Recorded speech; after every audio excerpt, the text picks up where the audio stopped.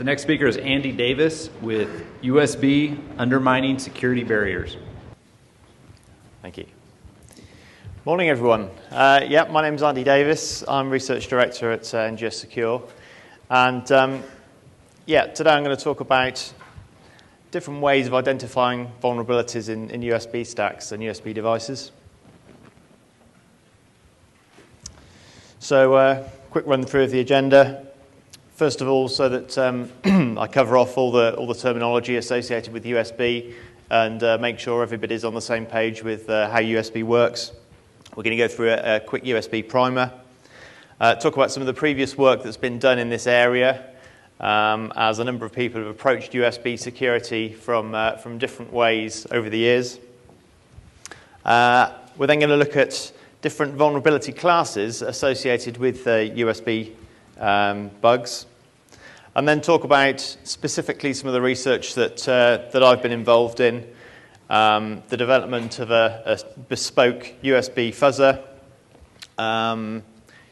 implementing a more powerful fuzzer using commercial test equipment, then bringing it all together, showing you a demo of what the fuzzer can do and the kind of bugs that it can uncover.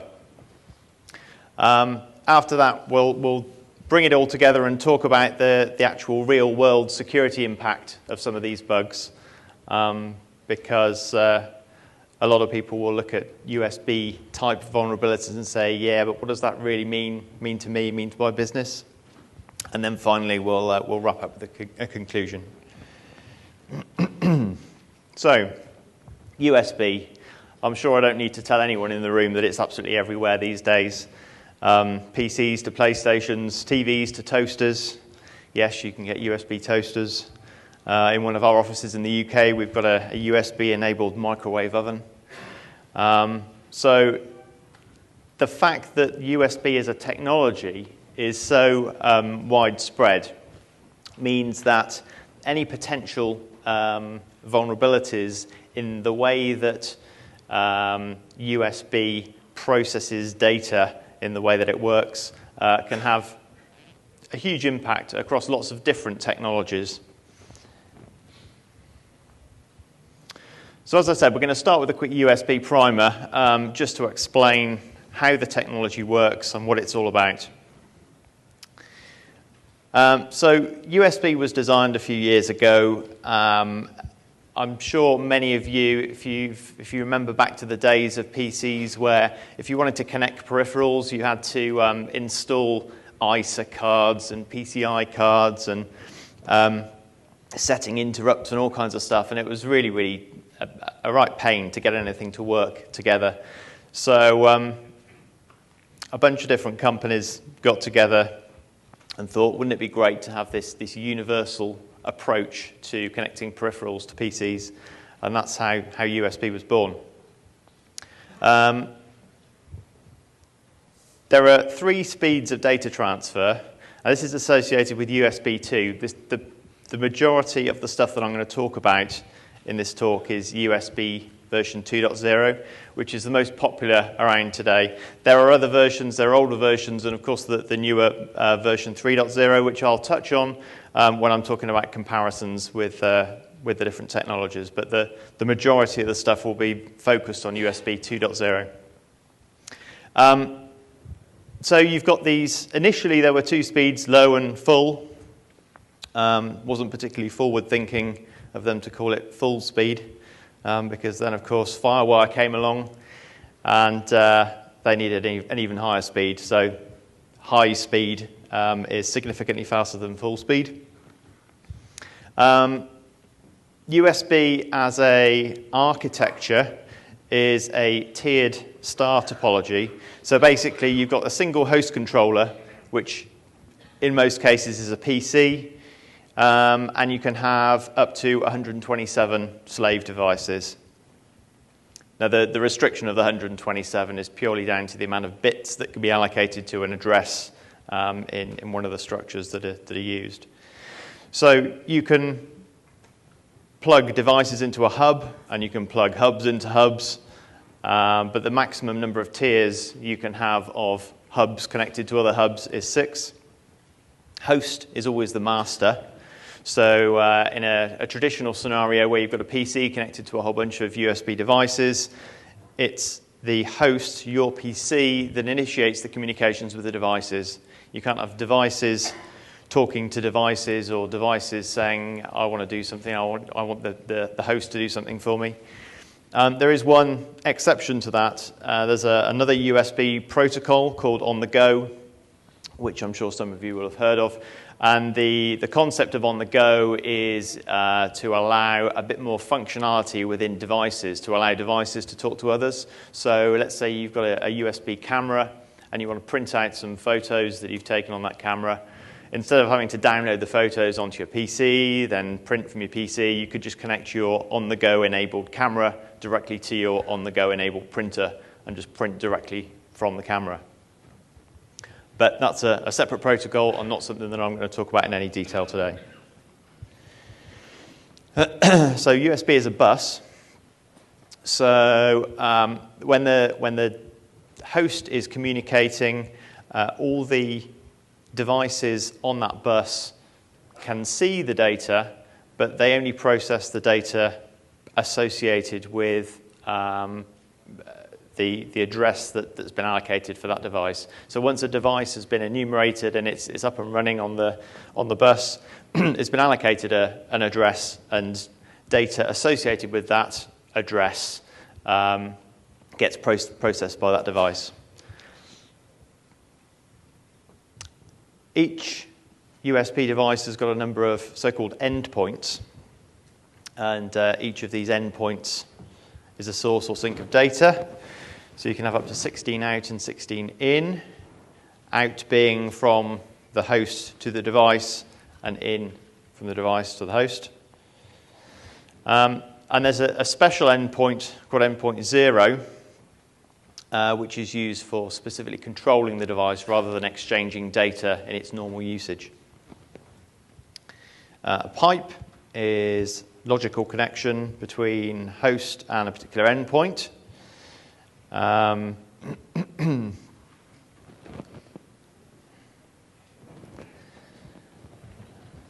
only a few more of these type of slides, I promise. We need to get this stuff out of the way first. Configurations, interfaces, and endpoints. Okay, so the device has got a number of descriptors, and descriptors are going to be very important when we come to the fuzzing, as you'll see later. So they've got lots and lots of information about the capabilities of a USB device. And you have what's called a configuration descriptor set. So let's say you've got a device that can perform different functions. Sometimes you have USB devices that, rather than just being, say, a mass storage device or being a camera, they've got multiple functions in them. So they might have a hub as well as a mass storage device. And you'll have different configurations associated with those. Maybe you've got different power options, different power requirements for the different areas of functionality within the USB device. So each of these configuration descriptor sets has got different amounts of information about the capabilities of a USB device. Interfaces. You can have multiple interfaces. Again, this is normally to do with the different areas of functionality within a USB device. And they represent these different functional units. We've already talked about endpoints. Okay, so what actually happens when you plug a USB device into a host? I'm sure many of you will have an idea of what you see, certainly from a Windows perspective, when you plug in let's say a USB mass storage device. You'll see a little pop-up saying, this is the vendor name and this is the type of device it is. But what's actually going on under the hood from the moment that you plug it in until the moment that you can use the device? Well, the first thing that happens is within the USB interface, you've got a power line and a ground line, and then you've got two data lines, one called D plus and D minus. And when you plug the device in, at an electronics level, there is what's called a pull-up resistor, which connects onto the data line, and it will indicate to the host that a physical device has been connected to the USB bus. So the host says, okay, right, we've got some technology that's been connected into us. I'd like to start grabbing some of these descriptors because I want to find out what this device does and what I can use it for. So it requests the device descriptor and asks for what the maximum packet size is that can be used within USB, and using address 0, special address that happens at setup time. It then resets the device and so that it's in a known state, and allocates an address somewhere between 1 and 127 for the device so that it can be used. It then asks again for the device descriptor. The first time was just to get the max packet size so it could work out how it could communicate with it. This time it's actually asking for the basic capabilities of the device. And this is all happening within the host controller interface driver. So that's the driver that comes bundled within your OS that understands what USB devices are and how to initially communicate with them. Once that's happened, information starts communicating with the USB bus driver. And what that says is, okay, I want a bit more detail about this device. I know within the device descriptor it's specified things like the vendor and the type of product, which we'll come back to in a minute. But now it's asking for more specific information. So, for example, those configuration descriptor sets that I talked about, those all get downloaded. And string descriptors, as I said, when you plug in a device, certainly in Windows, you'll see the little pop-up saying the strings that come out of the string descriptors that say, yeah, this is a mass storage device or whatever. And then one of those configuration sets is chosen by a set configuration command, which is sent to the device. Now, at that point, it's almost ready to go. What it needs to do is, if, for example, it's a pretty standard device that the operating system's likely to understand by default, like a mass storage device or maybe a keyboard or a mouse, that kind of thing, those device drivers come bundled with the operating system. But the way that the operating system knows which one of those drivers to load goes back to the information it got from the device descriptor. There's things called vendor IDs and product IDs, and that information's stored in there. So it basically uses those in a lookup table to work out which device drivers it needs to load so that you can actually start using that device. So I mentioned device descriptor. Here's an example of one.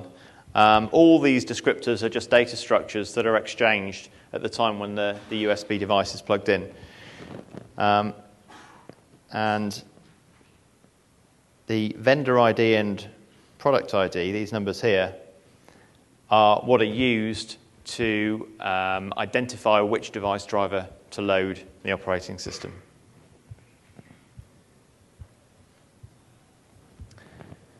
Okay, previous work. As I said, a number of people have looked at USB security in the past, and various presentations have been given at BlackHat, DEF CON, all kinds of other conferences.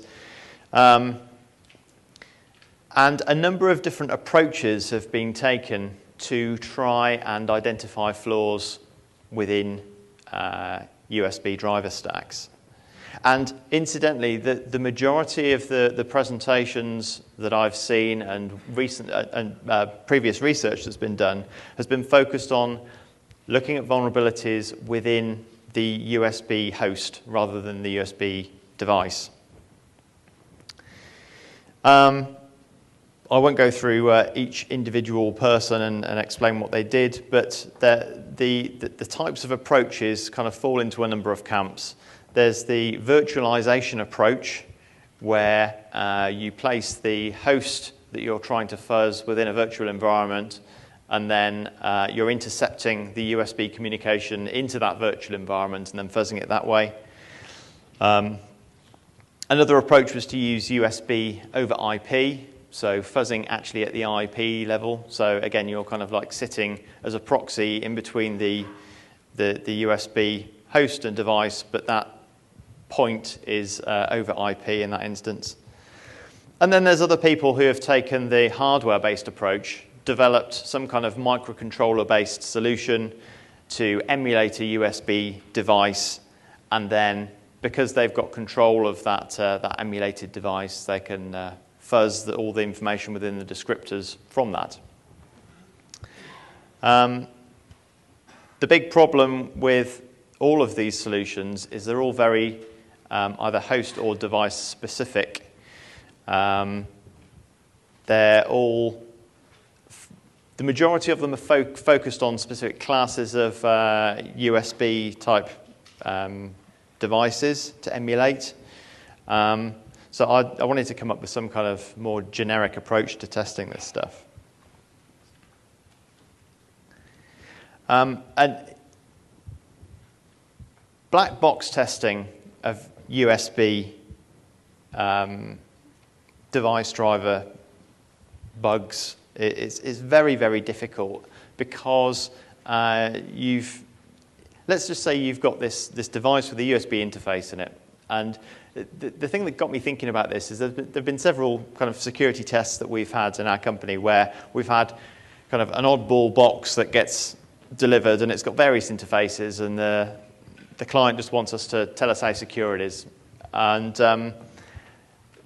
there are a number of ways of doing that. Obviously, if they're going to provide the source code associated with the drivers, you can do some kind of code review on it. But as you all know, code reviews don't find all bugs, certainly within the constraints of commercial code reviews where there's some kind of restraint on the testing time. It's always useful to have a combination of static code analysis and also some kind of runtime analysis. So I wanted to come up with some kind of runtime analysis approach that would apply to any black box that's got a USB interface in it. But yeah, it's difficult when you've got no real view of the firmware. It's hard to debug. How do you know what's going on when it's crashed? Hard to hook into it. And it's very difficult to get a PC to actually pretend to be a USB device because it's so geared up to be a USB host controller. There's some serious driver development required to get it to pretend to be a USB device. So I needed a different approach. Before we go on to what approaches I took, I thought I'd cover some of the different vulnerability classes that I've seen associated with USB bugs. And just to explain, in this slide, the ones that are highlighted in bold relate to bugs that we've found during this research. The other ones are publicly released information that I've had no involvement in. So as you'd expect, bearing in mind that this is standard software, okay, it's drivers. It's not just drivers. There's some userland software bugs that can be triggered via USB as well, but the majority of the stuff is driver code. But as you'd expect, there are some pretty conventional vulnerability classes that can be triggered within the USB environment. So stack overflows, there are a number of string descriptors, string descriptor-based overflows in Linux and Windows XP that have been discovered. And there was one, a Solaris hub class descriptor that we identified. Integer and heap overflows. I'm sure you are aware of the Sony PS3 hub class based hack and some of the jailbreak type stuff with the Apple iPod. So the Apple iPod one, you can see that's called 0xA1,1. That's kind of referring to the control message, the USB control message. So because we're talking about a USB device here rather than a USB host, we're not fuzzing descriptors. That's a control message sent from the host to the device. Null pointer dereference, that's quite an interesting one.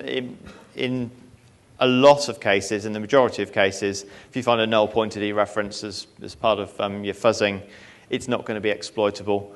But in the case of the Apple iPhone jailbreak, because there was a clever way of writing to address 0, this could then be exploited. And then there's also logic errors. There's a HID report descriptor bug that we discovered, and I'll be doing a demo of that a bit later on. So, how did I go about it? Well, the first thing I thought is the most mileage that came out of research that I've seen presented in the past has always been where people have developed their own hardware. They've created some kind of microcontroller-based solution whereby they can emulate some kind of a USB device. You've then got full control of what that device does, what it sends to the host, and therefore you've probably got most flexibility to fuzz the device drivers that are at work. It uses the Arduino. I'm sure many of you are aware of the Arduino as a flexible development, kind of fast prototyping solution. And I'd done some work with Arduino in the past, so it seemed like the obvious solution for me. There were some drawbacks. It only emulated USB HID devices. I wasn't going to reinvent the wheel. People had done some work. Which stack do you use? Which USB stack do you use on the Arduino? There's a link to it on the next slide. So basically, the code that was that has been publicly released to use USB, I used that. I didn't rewrite anything. As I said, I haven't reinvented the wheel. There's interfacing solutions that are out there from a hardware perspective. So I just went ahead and used that. It was more a case of using the information that was out there and applying security principles to it, which is something that I did again later on with kind of commercial test kit. And that's the fundamental issue here. The fact that, yes, there's a lot of technology out there that will enable you to do this kind of stuff, but the people who've developed that technology haven't really thought about using it in a security context, and that's what I did. That's what I did in this instance. It wasn't a very flexible solution using the Arduino. It only really allowed semi-automated fuzzing because some of the stuff that I needed to modify and resend and manipulate was deep within the driver code, so I had to kind of keep recompiling it. But it did find some serious bugs. It found some bugs in Windows 7, Windows XP, and Apple OS X. So it gave me kind of a justification that there was something here. Although people had done, various bits of research on this in the past, they certainly hadn't used that to identify all the kind of main bugs within these major operating systems. So having found those, I thought, well, I'm onto something here, but this technology, the Arduino approach, is not necessarily the way to go if I want a kind of a platform and device independent approach. It wasn't really fast enough to emulate anything other than HID devices. So the driver code associated with the USB HID device, there's a link there to download that. And there's the simple interface that's used to enumerate. So just to explain, if anyone's used to using the Arduino microcontroller, I'm not using a USB shield here. I'm just talking directly to the data pins via that little circuit there.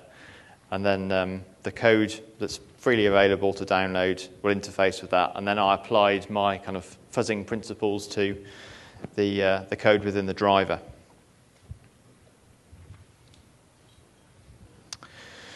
So, as I said, it wasn't really a long-term solution, Fuzzbox. It just kind of got me into the frame of mind of what I could do with USB. I needed something more flexible.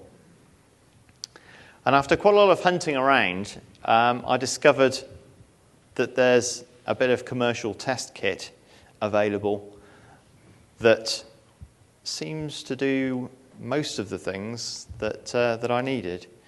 And it did involve quite a lot of hunting around, because there's a large number of solutions out there to capture USB traffic, all the way from kind of freeware, Linux, USB sniffers, all the way up to really expensive commercial test kit. But there's not actually that many solutions around that will allow you to play back captured USB traffic, and that was the key. That was what I really needed. So I can capture and play back. I can also emulate USB hosts or devices, which again gives me this maximum flexibility. I can do the fuzzing on the devices or on the hosts. It's got an understanding of all the different USB device classes. So if you think of this device as kind of a hardware-based Wireshark for USB, and the device classes being dissectors, like in Wireshark, it's that kind of thing.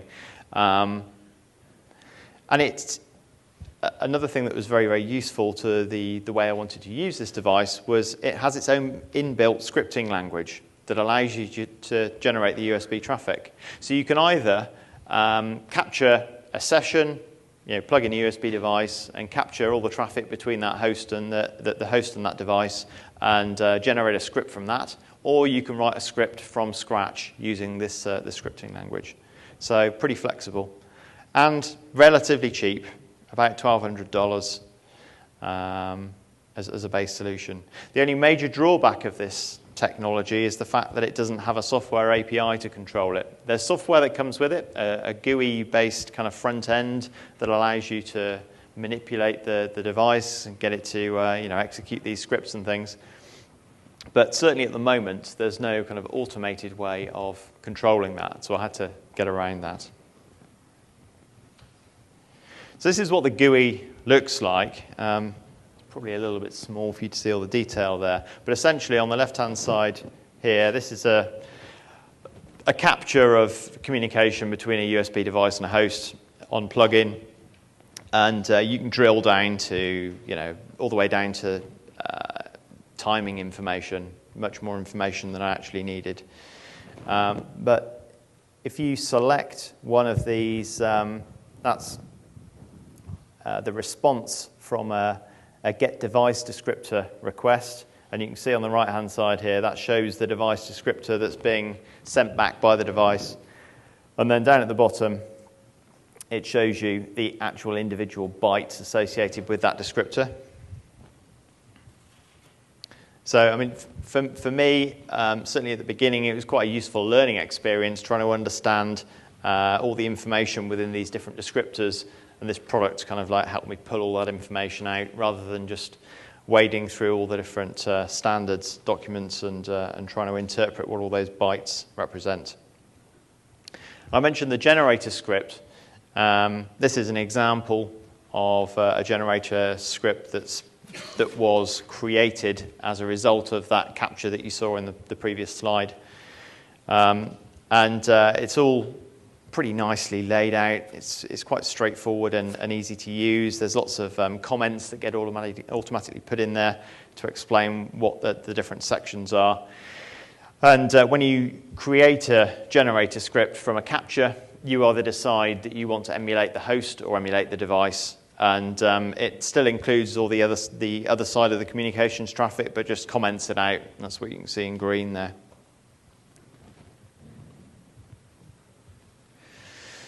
So what can we fuzz? Well, I've talked about the different descriptors. The different descriptors are being processed by different drivers on the host. So you've got HCI drivers, bus drivers, and device drivers for specific USB uses. And once the initial enumeration process has finished and you start using the device, then you get class-specific descriptors that come into force. And you get, so for example, if you're using a mass storage device, there's lots of SCSI commands and things like that are very class-specific to that type of technology. So there's a huge amount of scope for information that is being parsed by these drivers that can be fuzzed and therefore trigger software bugs. And on the USB device side, you've got the control messages that are being sent by the host to those devices.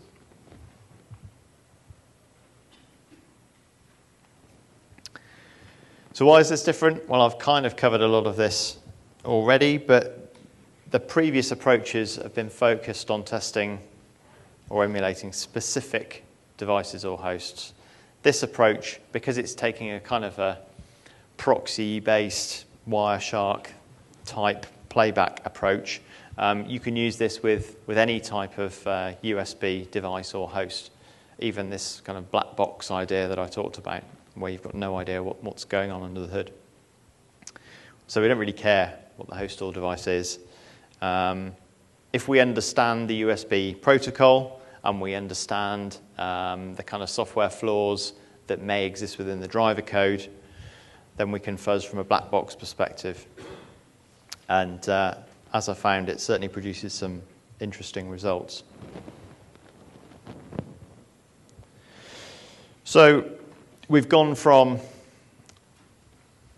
demonstrating that there's still vulnerabilities out there in USB using my initial fuzzbox approach, this microcontroller solution, onto identifying this commercial test kit that looks like it will do what we need it to do. Now we need to incorporate it actually into some kind of fuzzing solution rather than just kind of prodding around with manual byte manipulation within those scripts. So I developed a USB fuzzer called Frisbee. As I mentioned, the graphic USB, which is the name of the Win32 GUI that you get with the product, doesn't have any API for controlling it, so we needed some way of interacting with that to get it to make the modifications that we needed as part of the fuzzing process. What Frisbee does is it actually modifies the graphic USB generator script, which we've generated from our initial capture. So these generator scripts, they're just pure text files, so dead easy to manipulate. And then what happens is when you load them into the GUI application, it compiles them and then uploads them via a control USB connection up to the device where it's executed. So although it's not a particularly elegant solution, Frisbee uses the send keys Python library just to inject Windows events into that GUI. Only a small amount of interaction is actually required with that GUI because when you kick it off, you can use the name of the script that you want to use as a parameter for that, and then all you need to do is hit F5 to compile it and F7 to execute it. So small amount of interaction, and using the send keys library, we can do that. And yes, it's not the ideal solution because it looks a bit clunky. You know, we're interacting directly with the GUI, and it's quite slow. So, for example, you can't fuzz more than one test case every 6 seconds. I discovered that if you try fuzzing any faster than 6 seconds, which I could do with my Arduino, the USB host controller code in most cases just can't keep up because the host controller is expecting a human being to be plugging in a USB device, and then it sits there and goes through its enumeration phase. And because it's expecting it to be in kind of human time rather than computer time, if you try and speed that process up, the code hasn't been written to cater for that. So although this is relatively slow, you wouldn't benefit anything, wouldn't benefit from it if we could make it faster. As far as instrumentation goes, to identify when the host has encountered some kind of bug, I'm just using an Ethernet connection to the device. I'm just pinging the device. Because in most cases, because it's driver code that's crashing, you'll either get a blue screen or you'll get a kernel panic and the box will reboot. So pretty simple solution, but at least you can see when that has been triggered, and then you can go back in and use the graphic USB GUI to investigate manually after you've identified which byte it is that's triggered the bug. Demo. I'm taking the cheats approach, and I'm going to show you a video.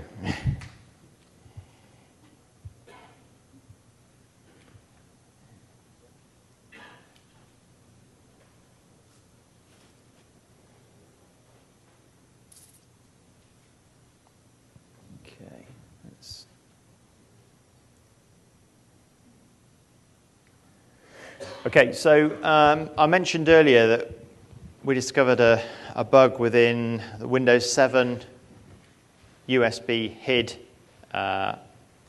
driver. There are actually 3 different bugs that we found within this particular area. So this is a demo of one of those. And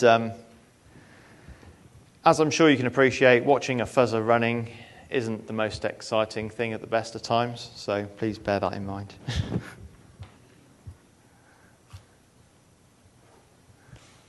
Okay, so just to explain what we've got here, this window here is where I'm executing Frisbee, which is a command line-based Python script that's got the understanding of the different device descriptors and understanding of where we can fuzz and what the different fuzz test cases are. That's then interacting with graphic USB. This is the graphical front end to the device. And so it's injecting using Sen keys into that, loading up the different scripts once they've been modified by Frisbee. And then down here, we've got WinDBG. So the target machine that's running Windows 7 that's being fuzzed is connected via a separate USB connection to WinDBG on this box so that we can do remote kernel debugging.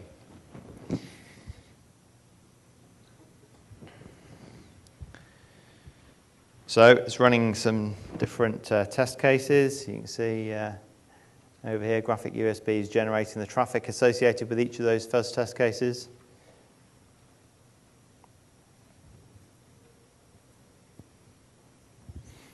Oh, and there we go. A bug check has occurred. So WinDBG has kicked in because if WinDBG wasn't connected, you'd just get a blue screen and the box would reboot. But we're connected with WinDBG. It says that it's identified the vulnerability in hidpars.sys. And using bang exploitable, looks like it's probably exploitable. And the other, I said that there were 3 of these. 2 of the 3, bang exploitable says it's probably exploitable. The other one, it's not quite so sure. We're still investigating the full exploitability of those. And once we work out how to fully exploit them, I'll do a demo at a subsequent event and show you an exploit.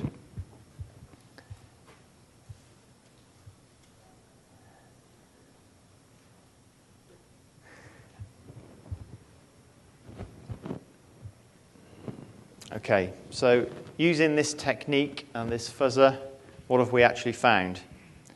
Well, quite surprisingly, most operating systems that I pointed this at found some bugs pretty quickly. It's quite difficult to, in all cases, identify how exploitable some of these bugs are, because it's quite difficult to get to the bottom of exactly the root cause of what's going on within the driver. Much harder to debug in kernel land than it is in user land.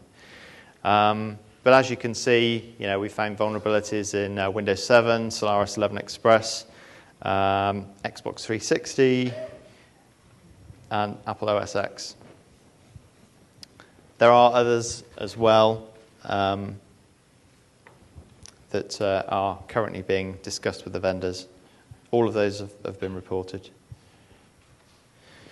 So why are these USB-based vulnerabilities so prevalent I mean, some of those works that I referenced where people have done research into USB security, go back to, 5, 6, 7 years ago. You'd have thought that the vendors would have this cracked by now. But different vendors have got different approaches. Some of them don't seem to view USB vulnerabilities actually as a security issue. So I've anonymized these to protect the vendors, but vendor X, and these are direct quotes, thanks for sending this to us. This is something we'll definitely pass on. However, since this requires physical access, it's not something we'll fix in a security update. Okay, that's one way of looking at it. Yep. Sorry? Yeah, I need to think about lawyers. And also, knowledge of how to emulate USB devices is certainly not widespread. Different vendor. These are both major vendors, by the way. Yeah, we think we fixed the issue, but we need to get you to test it, as we don't have the ability to replicate your attack.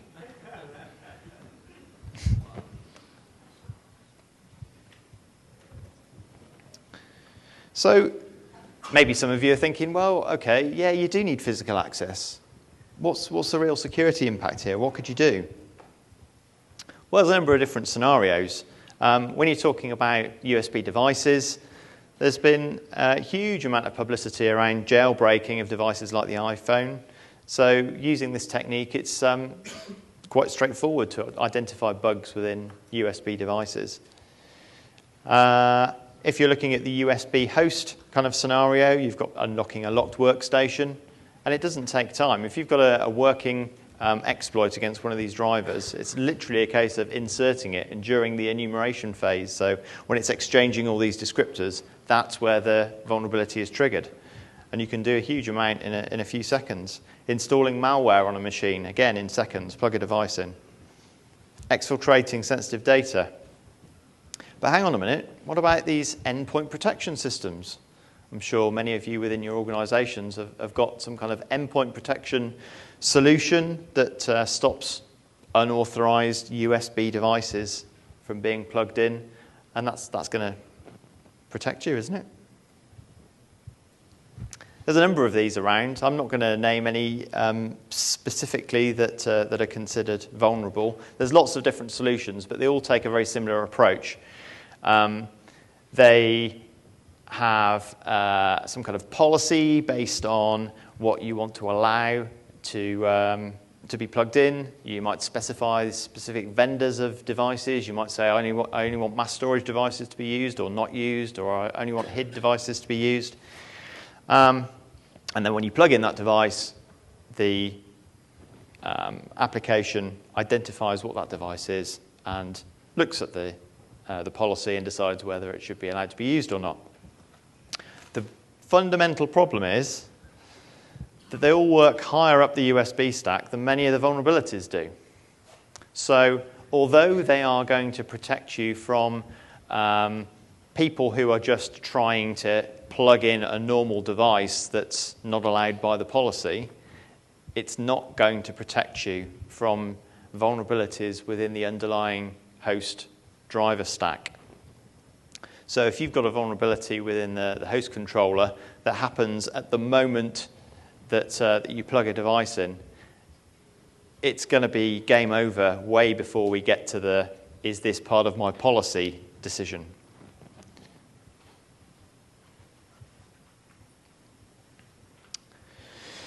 So conclusions. There's plenty of USB vulnerabilities out there. I've only really been doing this research since the beginning of the year. So I was quite surprised at the amount of vulnerabilities across different operating systems that we found so quickly. Yes, you need some kind of limited physical access in order to potentially exploit some of these vulnerabilities, certainly to trigger them. USB vulnerabilities certainly constitute a serious security risk.